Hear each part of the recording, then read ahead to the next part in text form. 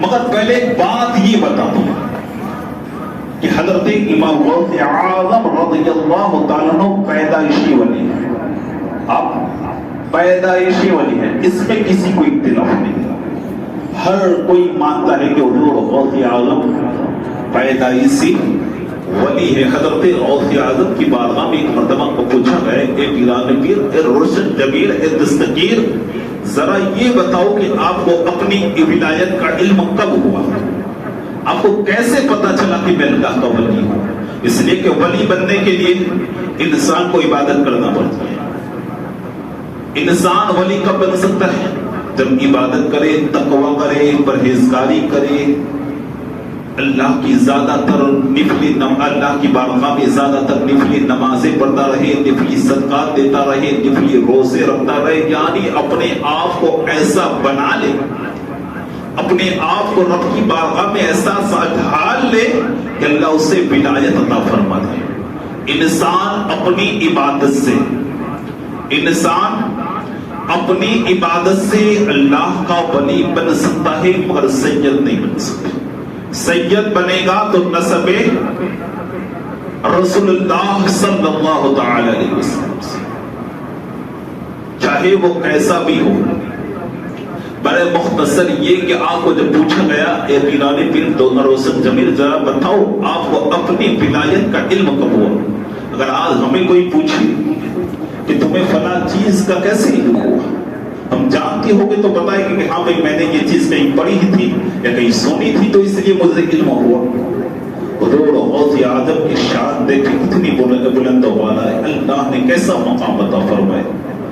جب پوچھا گیا تو حضرت غوث اعظم پیر پیران نے فرمائے، لوگوں سنو، جب میں 10 سال کا ہوا یا 6 سال کا ہوا، مکتب میں پڑھنے کے لیے جاتا ہوں تو میں دیکھتا تھا کہ میرے پیچھے پیچھے فرشتوں کی ایک نوری جماعت چل رہی ہے، فرشتوں کی ایک نوری جماعت چل رہی ہے. اور جب میں مدرسے میں پہنچتا تھا گیٹ پر تو آواز آتی تھی کہ اللہ کا ولی آیا ہے، جگہ کو کشادہ فرما دو. اللہ کا ولی آیا ہے، جگہ کو کشادہ فرما دو، یعنی جگہ کو رکھو. سارے طلباء، جتنے طلباء تھے، سارے اس آواز کو سنتے تھے اور حضرت غوث اعظم پیر پیرا کے لیے جگہ چھوڑ دے. حضور غوث اعظم وہاں بیٹھتے. یعنی آپ 10 سال کی عمر میں آپ کو پتا تھا کہ میں اللہ کا ولی ہوں. آج ہمیں پتا کوئی چیز پتا نہیں ہے. ہمارا نہ تقوی ہے، نہ ہمارے پاس عبادتیں ہیں، نہ صدقات ہے، نہ روزے ہیں، کچھ بھی نہیں.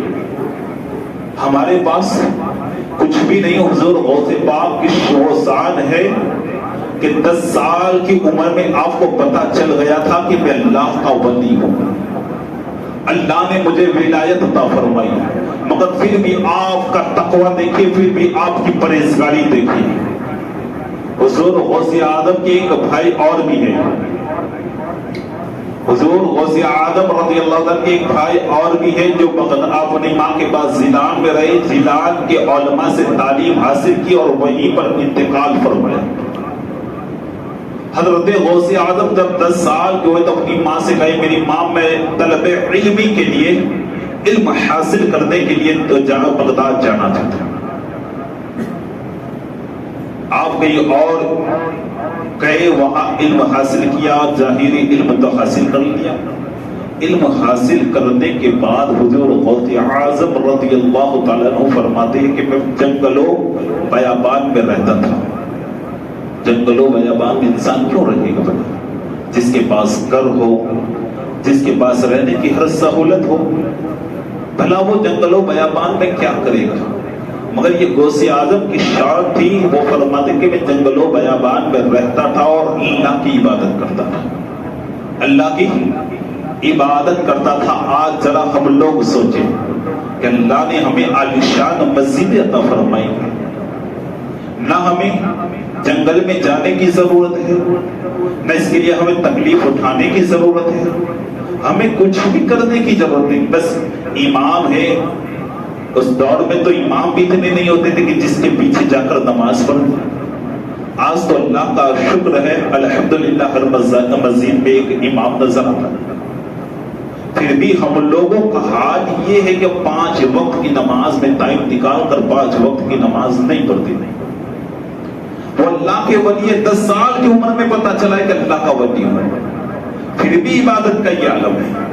اور پتہ ہے یہ عبادت کس لیے کرتے تھے؟ حضرت شیخ منصور مطاہری فرماتے ہیں یا ایک دوسرے اللہ کے ولی فرماتے ہیں کہ ایک مرتبہ میں مکہ المکرمہ گیا، عمرے کی غرض سے یا حج کی غرض سے گیا تھا۔ جب میں عمرے کی غرض سے یا حج کی غرض سے گیا، میں فجر کے وقت صبح صادق کے وقت خانہ کعبہ میں پہنچا۔ خانہ کعبہ کے غلاف کو پکڑ کر ایک بندہ زاروں قطار رو رہا تھا، زاروں قطار رو رہا تھا، اور اس کی رونے کی آواز اتنی درد بھری تھی، اتنی درد بھری تھی۔ جب کوئی دکھیا انسان روئے جس کے اوپر مصیبتوں کے پہاڑ ٹوٹے ہوئے، جب وہ روئے تو سننا اس کا رونا کیسا ہوتا ہے، آپ کو پتا چلے گا کہ واقعی میں اس پر کوئی دکھ ہے اس لیے رو رہا ہے۔ وہ فرماتے ہیں، وہ اللہ کے ولی کہتے ہیں، میں دیکھ رہا تھا کہ وہ زاروں قطار رو رہا ہے اور سارے لوگ اس کے ارد گرد جمع ہو گئے۔ جتنے لوگ خانہ کعبہ کا طواف کرنے کے لیے آئے تھے، جب یہ رونے لگا تو سارے لوگ اس کے پاس جمع ہو گئے اور کہنے لگے، بندے اس طرح نہ رو، اللہ تجھ پر رحم کرے گا۔ اے بندے اس طرح نہ رو، اللہ تجھ پر رحم کرے گا۔ اللہ کے ولی فرماتے کہ وہ اپنے چہرے کو ایسے خانہ کعبہ کے غلاف کے ساتھ اپنی آنکھوں کو لگا کر رو رہے تھے زاروں پر۔ سارے لوگ دلاسا دے رہے تھے کہ بندے اس طرح نہ رو، اللہ تجھ پر رحم کرے گا، اس لیے کہ خانہ کعبہ وہ جگہ ہے جہاں اللہ کی روزانہ 120 رحمتیں نازل ہوتی ہے، جہاں اللہ کی روزانہ 120 رحمتیں نازل ہوتی ہے۔ ایسی جگہ پر جا کر رونے والا کوئی اور نہیں تھا۔ جب آپ نے یہ آوازیں لوگوں کی سنی، اپنے منہ کو ہٹایا خانہ کعبہ کے غلاف سے، اپنے منہ کو ادھر کیا تو لوگوں کی چیخیں نکل گئی۔ اور جانتے ہو چیخیں کس لیے نکلی تھی؟ چیخیں اس لیے نکل رہی تھی کہ رونے والا کوئی عام بندہ نہیں تھا۔ اگر تم میرے جیسا یا تمہارے جیسا کوئی رونے والا ہوتا تو سمجھ میں آتا کہ اپنے گناہوں کی وجہ سے رو رہا ہے، اپنی غلطی معافی کرانے کے لیے رو رہا ہے، مگر رونے والا شیخ عبد القادر جیلانی غوث اعظم تھا۔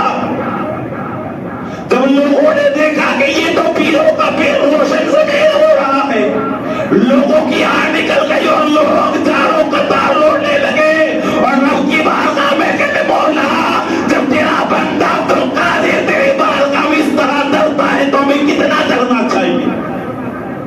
پوری زندگی جس نے اللہ کی عبادت کی ہو، پوری زندگی جس نے مصطفیٰ جان رحمت کی حدیثوں کو بیان کیا ہو، پوری زندگی جس نے مدارس کو سجایا ہو، اگر وہ بندہ اتنا روئے تو پھر تو کیوں نہیں روتے رب کی بارگاہ میں، مسجدوں میں آ کر رب کی بارگاہ میں سجدہ ریز ہو کر اب رویا کرو، اس لیے کہ رونے والا رب کی بارگاہ میں مقبول ہوا کرتا ہے، رونے والا رب کی بارگاہ میں پسندیدہ ہوا کرتا ہے۔ جب عبد القادر کا یہ عالم ہے، اتنی عبادت ہے کہ 40 سال تک عیسیٰ کے وجود سے جس نے فجر کی نماز پڑھی ہو، اس بندے کا یہ عالم ہے۔ اور جس نے کہیں نہ پڑھا ہو، ہم نے زندگی میں کتنی بھی نمازیں چھوڑ دی، ہر ایک کو پتا ہے جس کا جو عالم ہے وہ۔ اور آج کل تو موبائل کا ایک نیا دور چلا ہے، اللہ خیر کرے، ہر کسی بندے کو دیکھو کہ وہ کسی نہ کسی گیم میں لگا ہوا ہے، چاہے وہ بڑا ہو یا چھوٹا ہو۔ اور آج بچے جو ماں باپ کے نافرمان ہوئے، جو ایک دوسرے سے جھگڑا کرتے ہیں، جو ایک دوسرے کے ساتھ لڑتے ہیں، جانتے اس کی وجہ کیا ہوئی؟ اس کی وجہ کیا جانتے ہو؟ آپ نے کبھی سوچا کہ آج بندہ اتنا اس کا دماغ کیوں گرم ہو گیا؟ اس کے دماغ میں اتنا کیا بھر گیا کہ وہ کسی کو نہیں دیکھتا، چاہے وہ کیسا بھی انسان ہو سامنے ہو جاتا ہے۔ پہلے کا حال یہ نہیں ہوگا، ہمارے بزرگوں سے پوچھنا، جس کی عمر 7 سال کے اوپر ہے یا اس سے کم ہے ان سے پوچھنا، کہ پہلے کے بچوں کا عالم کیا تھا؟ اگر کوئی دور سے بوم لگاتا تو وہ فوراً دوڑتا ہوا آتا تھا. کیوں آتا تھا؟ کبھی سوچا تم لوگوں نے کہ کیوں آتا تھا؟ اس کے پاس یہ موبائل کا آلہ نہیں تھا، اس کے دماغ میں یہ سب چیزیں نہیں بڑی تھی. آج ہر نوجوان کے ہاتھ میں تم دیکھو موبائل ہوگا، 3G رمتا ہوگا یا 5G رمتا ہوگا یا کوئی اور گیم ہوگی، پتہ نہیں مجھے، لیکن رمتا ہوگا. اس کے رمنے سے تمہیں کیا نقصان ہوتا ہے؟ کبھی تم نے سوچا؟ تمہیں شوق کے طور پر تم رمتے ہو، شوق کے تم پر تم رم لیتے ہو. خدا نے تمہیں کیوں پیدا کیا تھا؟ ذرا تو سوچو، کچھ تو لحاظ کرو کہ خدا نے تمہیں. اس کا نقصان یہ ہے کہ یہ جو تمہارا دماغ ہے وہ گرم ہونے لگتا ہے. یہ جو دماغ میں جو غصہ بھراتا ہے وہ اسی وجہ سے بڑھتا ہے، اور پھر بندہ اسی غصے کے بارے میں نہ اپنے باپ کو دیکھتا ہے، نہ اپنی ماں کو دیکھتا ہے، نہ اپنے چچا کو دیکھتا ہے، نہ اپنے تاؤ کو دیکھتا ہے، کسی کو نہیں دیکھتا. پھر وہ سامنے جو بھی آتا ہے پھر وہ اس کے سامنے ہو جاتا ہے. وجہ اس کا ریزن یہ ہے. خدا کے لیے ابھی بھی وقت ہے، خدا کے لیے استعمال کرو. میں منع نہیں کرتا، اس لیے کہ اچھی چیز بھی ہے، مگر ایسے استعمال کرو کہ تم اسی کے اندر نہ بھرے رہو. تمہیں پیدا کیا تھا اللہ نے عبادت کے لیے، لوگوں کی دیکھ بھال کے لیے پیدا کیا تھا، اپنے ماں باپ کی تعظیم کے لیے پیدا کیا تھا. تمہارا حال کیا ہے؟ ہم نہ تو 5 وقت کی نماز پڑھ سکتے ہیں، نہ کبھی زندگی میں کبھی روزے دینے رکھے. فرض روزوں کی نفلی روزوں کی تو بات چھوڑو، فرض بھی نہیں رکھتے.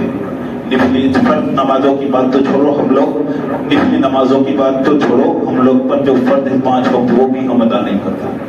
اور یہ عبد القادر کی شان ہے کہ اللہ نے اتنا مقام دیا پھر بھی رو رہے. خانہ کعبہ کا خلاف فخر کا. اور آپ کے بیٹے وقت ہو گیا ہے، انشاءاللہ تبارک و تعالیٰ آپ کی عبادتوں کے بارے میں آئندہ جمعہ کو اور بھی بات کی جائے گی. مگر وقت ہے، اگر سچی قادری ہو، اپنے آپ کو غوث اعظم کا سچا